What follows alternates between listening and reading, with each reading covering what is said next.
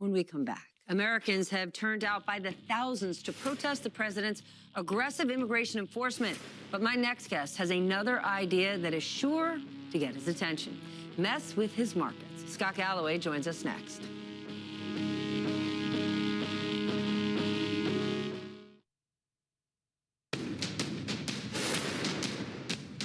Mass protests against Trump's immigration enforcement have been taking place across the country for weeks. But my next guest has a proposal for a way to send a message that the president cannot ignore: a big tech boycott. Scott Galloway writes, we must recognize that he is unfazed by citizen outrage, the courts, or the media. He responds to one thing: the market. Scott Galloway, marketing professor at NYU Stern School of Business, joins me now. He is also a New York Times bestselling author and co-host of the Raging Moderates podcast and Prof G Markets podcast, and of course, Pivot. Okay, Scott, my dear friend, first I would say I agree with you that if Donald has one daddy, it's the bond market. But could you just give some credit? When you say citizen outrage, look at how extraordinary the people of Minneapolis have been. Far braver and bolder than any CEO in this country, and we're seeing the president somewhat take notice.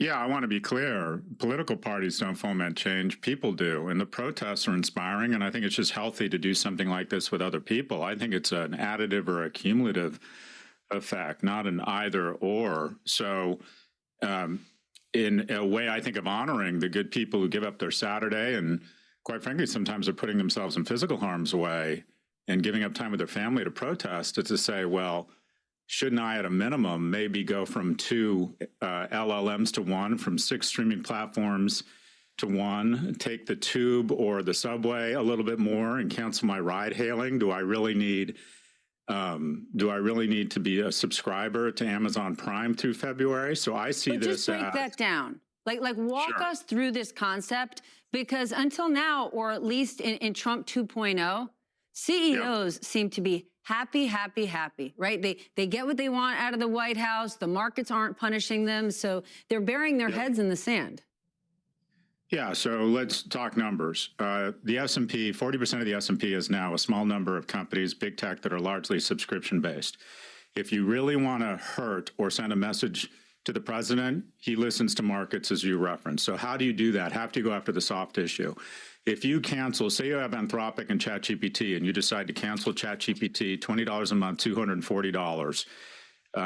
OpenAI is raising money at an $800 billion market cap, $20 billion revenues. That's 40 times revenues. So your $240 less of subscription revenues translates to approximately $10,000 in market capitalization. The easiest way to send a strong signal to the markets and to the president is to go after the most fully valued companies whose CEOs have his ear and have enabled him. So if you want to have the maximum impact on your effort, and I'm not suggesting that protests or staying home from work aren't really powerful, but the easiest thing for people around America to do to have a real impact is to decide, do they need 2 LLMs? Do they need 6 streaming platforms? And it's a small price to pay and a nod to the good people in Minneapolis to say, as long as there are people, a secret police with masks on, I can do with fewer recurring revenue subscription programs. And the markets will feel this, and the president will feel this. So I'm talking about, I've struggled my whole life, Stephanie, with the difference between being right and being effective. I've spent a lot of time trying to figure out how we could send a message to the markets and the president that what is going on here is a total attack on American values. And I think the string we can pull here is to go after the subscription revenues of big tech that now represents 40% of the S&P. I want to ask you about another message that I think went out to the American people, I think loud and clear, yesterday. Defense Secretary Pete Hegseth made a personal visit to the Blue Origin headquarters and was greeted by none other than its founder, Jeff Bezos. This is days after Amazon paid $40 million for the rights to Melania. She was paid tens of millions of dollars. They spent tens of millions of dollars marketing this film. Is this the access Bezos is paying for? Because Blue Origin is his big business that loses huge amounts of money and could certainly benefit from government contracts. This is pure grift, and I want to create an analogy, a dark one.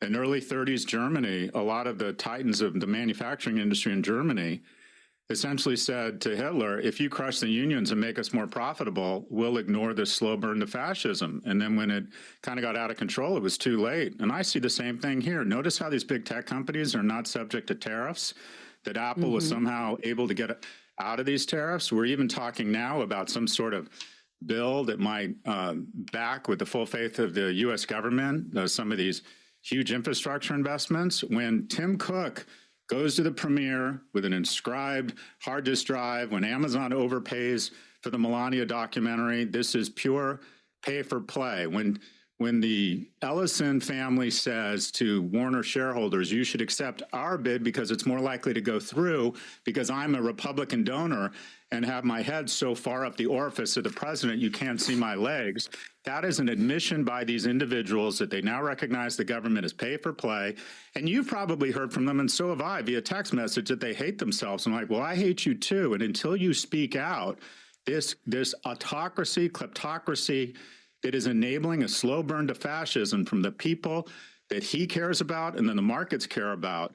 They need to speak out. Enough is enough. This is leading us to a very dark place. And what I'm suggesting is an economy that is 70% consumer driven, that our hidden weapon that's been hiding in plain sight is our consumer spending. And if you want the biggest bang for the buck, go after big tech subscription services. It is not a huge price to pay, and it will have a big impact.